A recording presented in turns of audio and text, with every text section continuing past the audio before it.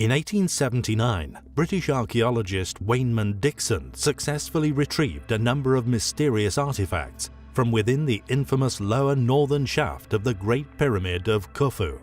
One of these artifacts was a small piece of a square wooden rod which has since disappeared, the only artifact to conveniently go missing, and the only artifact which could have produced an accurate dating for what seems was a rather elaborate prior attempt to overcome a sophisticated array of blocking stones and vertical passageways which confront all who try to breach the innermost sanctums of this mysterious pyramid. The reason for this past mission, or indeed who undertook such an attempt, remain a mystery, but their motive will soon become clear. One of Wayneman's other finds, resembling a small grappling hook with 2 rivets, matches 2 holes in a square rod still lodged up in the vertical northern shaft, clearly left by these wannabe tomb raiders. It seems that these highly talented, acrobatic grave robbers couldn't make it any further, and once one becomes aware of the existence of a large hidden chamber built into the pyramid's design, placed just above this unexplored shaft, you will inevitably begin to wonder what could possibly be hiding up there. Indeed, it's a well-known fact that the builders of these structures were notorious for their superhuman efforts in concealment. Huge multi-ton blocking stones in front of the entrances to their kings and treasures, and indeed in front of virtually every interior shaft and room within the Great Pyramid of Khufu. The upper region of this northern shaft constitutes the last remaining unexplored areas due to the impossible access angle. We know it's there, and all we have to do is apply existing technology in getting in there, Rudolf Gattenbrink told the press.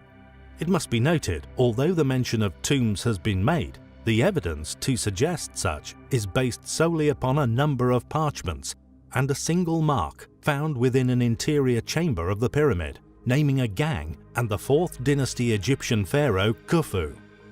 Egyptologists have taken these fragmentary factors and concluded that all pyramids were therefore built as tombs, the Great One being built over a 10 to 20 year period, concluding around 2560 BC.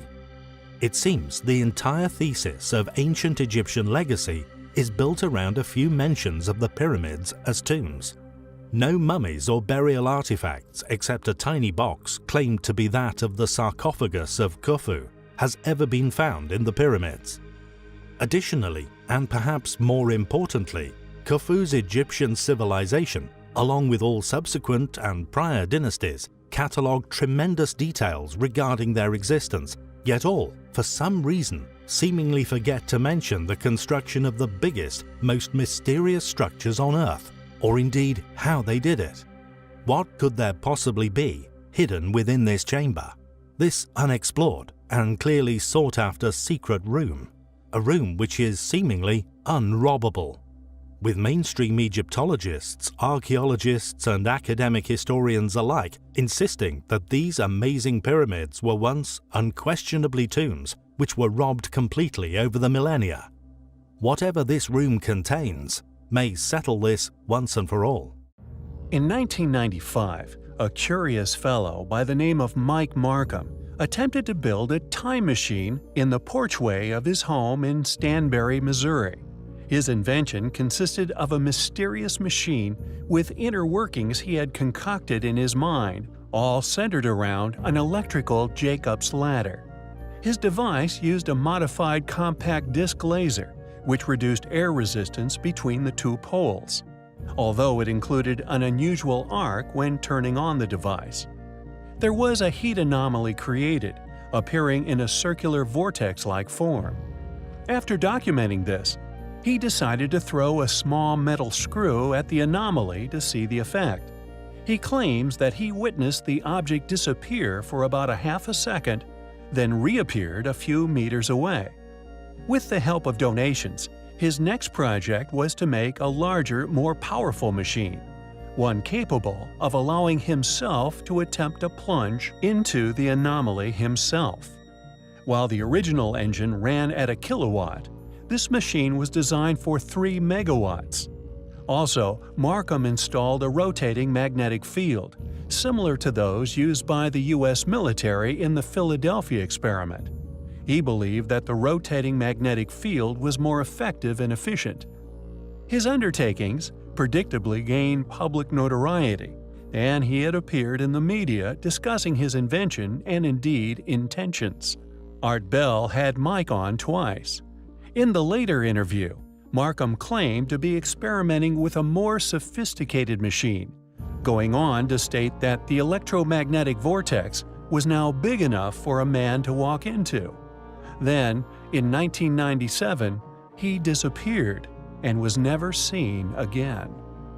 Interestingly, people who have been fascinated by this story, its series of events, and Mike himself dug into death records and finds that could have been connected to him indeed traveling through time, specifically into the past. One in particular was a find made in the 1930s. A man was found on a Florida beach, crushed to death and surrounded by a strange, futuristic-looking metal device. We find the entire series of events, Mike's disappearance, and indeed the machine itself, highly compelling.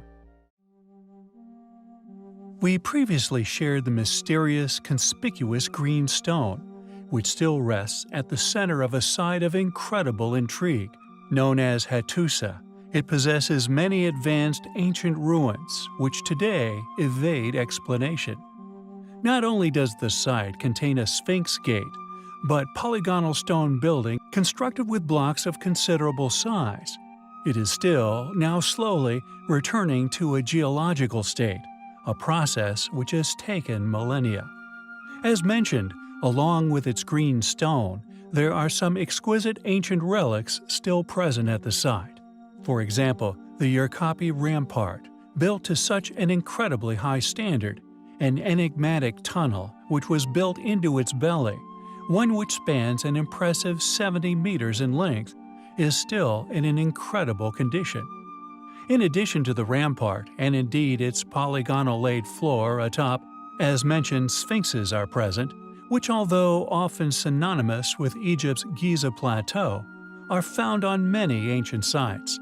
The hieroglyphic chamber, also in a notably incredible condition, although dated, with the 6 lines of Luwian hieroglyphs, identified as being commissioned by the great king Suppiluliuma II, on the right-hand wall of the chamber, which describes the invasion and successes of the king, mentioning that with the help of the gods, the king invaded several lands, including that of Tarantassa. Does not explain, however, how such incredible structures were built, or indeed how such polygonal masonry came into being. A masonry technique which must be noted is found not just at this ancient site of Hattusa, but worldwide, making it highly likely, just like that of the other sites we have covered and indeed claimed as simply having been re-inhabited, rather than constructed by those who claim so, whom we know and can track back to with modern historical study. It is littered with megalithic polygonal blockwork, some many tons in weight. It is a site which we feel was clearly the work of a lost civilization, one whom utilized now lost techniques and technologies to construct its incredible structures. The site spans a considerable distance, containing numerous temples, castles, simple dwellings, and an impressive strategic layout, one which would have deterred any unwanted guests and would have stifled any attempted invasion. Who originally built Hattusa? How was the site constructed? Although claimed as the Hittites and dated to the late Bronze Age, it is a place which we find highly compelling. There are many ancient stories derived from religious texts, which, when taken literally, are simply illogical, easily disproven as that of a symbolic nature rather than literal documentation of true events. However, there are a rare few contested as literal truth, and a handful of these for good reason. The conviction is that these events left such a lasting impression on the creators of these texts and ancient scrolls that they included them within their writings. One of these being that of the so-called legend of the Tower of Babel. Once declared as a symbol of oppression, it is now argued by many as simply being merely another symbolic myth, such as many other stories found within religious writings. However, there are numerous details which cannot escape the microscope of some investigators. And now that a brick has been found, legitimately dated to this time, and commissioned by the same claimed king, the argument for the actual past existence of this incredible structure has gained traction within even the most skeptical academic mind. A brick, stamped with the seal of the ancient Babylonian king Nebuchadnezzar II, biblically stated as the man who commissioned the construction of the tower itself, has been discovered.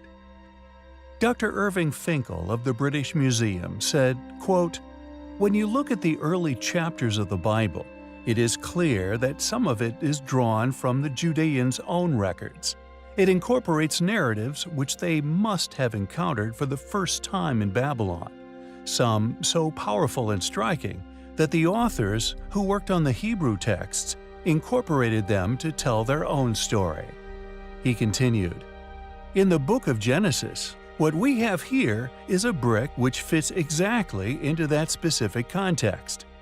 There can be no doubt that the stimulus for the story and the narrative must have taken shape during the Babylonian exile. The evidence could help to prove the existence of the Tower of Babel, its story written by a desperate population in exile held captive by a ruthless king." End quote. Yet, as always, regardless of the corroborating evidence, it will, like the many other details and aspects of the claimed tower, continue to encounter dismissal by many, with even those who are convinced of its past existence in disagreement over its original location. Logic would suggest that, if built, it was within ancient Babylonia, some 500 miles from Jerusalem. Yet some argue it was actually built somewhere else within the Middle East. Regardless of these disagreements, we find the brick, its still intact mortar, Dr. Finkel's quotations, and indeed its intriguing seal, highly compelling. The Liangzhu culture, an incredibly ancient, now lost, yet once highly advanced civilization, one which once dwelled on the banks of the Yangtze River Delta in eastern China. The cultural advancements of this civilization have been of archaeological interest for a number of decades, particularly due to its similarity with the growth of our own modern civilization, throwing mystery onto how this once flourishing class-driven civilization suddenly vanished. Burials were often found to have been practiced to different standards. This depended on the financial assets of the individual's family. However, nearly the entire span of this monstrous ancient civilization's ruins lay stratified. Academia has been kept busy documenting their pottery techniques and the mastery they possessed in the manipulation of jade. Yet why they simply vanished some 4,000 years ago, after flourishing unabated from 5,300 years ago, has remained a thorn in their sides, one they were seemingly unable to explain without the partial admittance of an ancient great flood, a reality which it seems they have finally surrendered to. The investigations of this ancient civilization, although not widely known outside of China, have revealed that the civilization shows all the hallmarks of the other advanced global civilizations we have been researching worldwide, most probably linked, we feel. Canal manipulation for irrigation, advanced agriculture, and many other forms of evidence, including advanced plumbing and sewage systems, all lead us to this conclusion.